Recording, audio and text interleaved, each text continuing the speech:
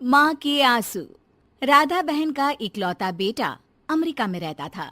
एक दिन राधा बहन का किराएदार कहता है, अरे माँ जी अकेली बैठी रहती हैं, बेटे के पास क्यों नहीं चली जाती? अरे कैसे चली जाऊं, नई नई शादी हुई है। अभी तो थोड़ा बहू के साथ समय बिताएगा, तभी तो दोनों के बीच समझ बढ़ेगी ना। अरे कैसी बात कर रही हैं माँ जी, समझ बढ़ाने के लिए 5 साल काफी होते हैं।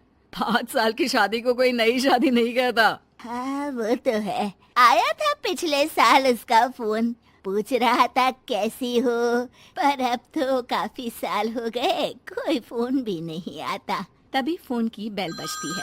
लो 100 साल की उम्र है, आ गया मेरे मयंक का फोन। अच्छा, कैसे पता कि ये फोन उसी का है? अरे कैसे पता नहीं चलेगा, माँ हूँ मैं। अरे रहने दो माँ जी, 1 साल से जिसका फोन नहीं आएगा वो अब क्या करेगा? होता भी वही है, फोन पर मयंक है। कैसी हो माँ?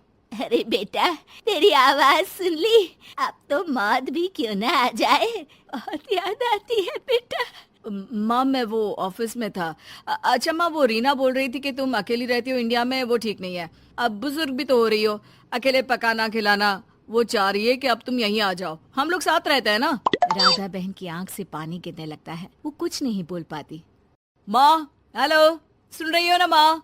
हाँ बेटा, तेरे साथ रहूंगी, सुबह शाम तुझे देखूंगी, और क्या जीवन में है तेरे पापा के जाने के बाद। तभी बीच में बेटा माँ को रोक देता है। हाँ हाँ ठीक है माँ, तो मैं आता हूँ अगले हफ्ते तुम्हें लेने के लिए। राधा बहन को तो मानो बुढ़ापे में किसी ने पंख दे दिए हो, उड़ी जा रही थी पूरे मोहल्ले में। अरे वो मयंक आ रहा है, अब तो अमेरिका जा रही हूँ मैं, वहीं रहूंगी। अच्छा है मौसी, आपका जीवन देखकर तो मुझे भी रोना आ जाता था। कोई बात नहीं मौसी, देर से ही सही, सब अच्छा होने वाला है अब। राधा बहन दौड़ दौड़ कर सामान ला रही थी।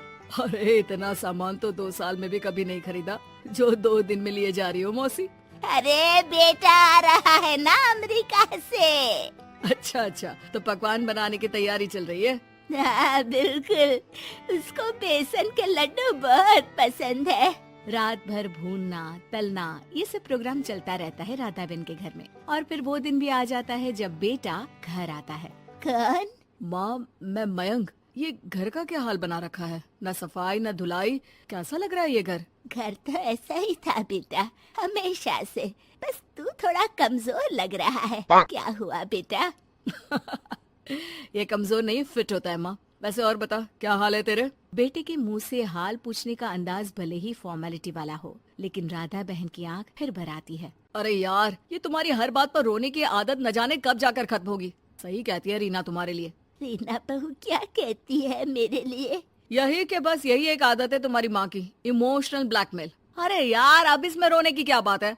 ना ना कुछ नहीं, बहुत दिन बाद तो घर आया ना, तो क्या रोएगी? हाँ क्यों? अच्छा ये ले, तेरे लिए रात भर बैठकर ये बेसन के लड्डू बनाए हैं, और ये अचार तुझे बहुत पसंद है ना? पसंद है नहीं माँ, पसंद थे। अब तो फिटनेस के लिए ये सारी फालतू चीजें मैं खाता भी नहीं हूँ। ये फालतू चीजें खाकर ही तो तू बड़ा हुआ है बेटा। अब रहने दे माँ, क्या क्या खिलाकर बड़ा किया है, मुंह मत खुलवा। कौन देशी घी में शक्कर डालकर पराठे के साथ खाता है? वो तो तुझे पसंद थे ना बेटा, तभी तो बनाती थी, नहीं बनाती थी तो रोता था तू। अरे तो रोने देती ना माँ, अब सारी समस्या उसी खाने से है शरीर में। वो तो भला हो रीना का, जो हेल्दी डाइट देकर सब मेंटेन कर रही है। राधा बहन बेटे की आने की खुशी में इतनी दीवानी थी कि उसे बेटे के बात का अंदाज और लहजा समझ में नहीं आ रहा था। अच्छा अच्छा रुक, पालक वाली दाल बना देती हूँ। रहने दे माँ, मैं होटल से ऑर्डर कर देता हूँ। इतने साल बाद होटल का खाना, माँ के खाने की याद नहीं आती थी। अरे माँ, फिर इमोशनल डायलॉग, प्लीज माँ। अच्छा सुन, बहुत कम वक्त है हम लोगों के पास, जल्दी जल्दी सारी पैकिंग कर ले। और हाँ, इस घर को बेचना होगा। कैसी बात कर रहा है, तेरे पापा और मैंने एक एक पाई जोड़कर इस मकान को बनाया था। हाँ पर तू जा रही है ना, फिर कौन मेंटेन करेगा? कैसे क्या होगा माँ, मैं तो अब इंडिया आऊंगा भी नहीं। बेटा तो सो जाता है, लेकिन माँ घर का एक एक कोना घूम घूम कर देखती है।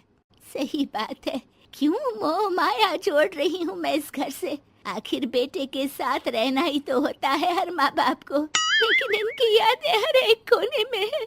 खैर, औने पौने दामों में घर को बेच बेटा और माँ एयरपोर्ट के लिए रवाना हो जाते हैं। माँ यहीं बैठ, मैं अभी आया। नहीं नहीं बेटा, मैं साथ रहूंगी, पहली दफा आ रही हूँ ना। अरे माँ, टिकट, बोर्डिंग, सामान, चेक इन, 10 काम है, करके आ रहा हूँ ना। ठीक है, जल्दी आ जाना, यहाँ घबराहट होती रहेगी।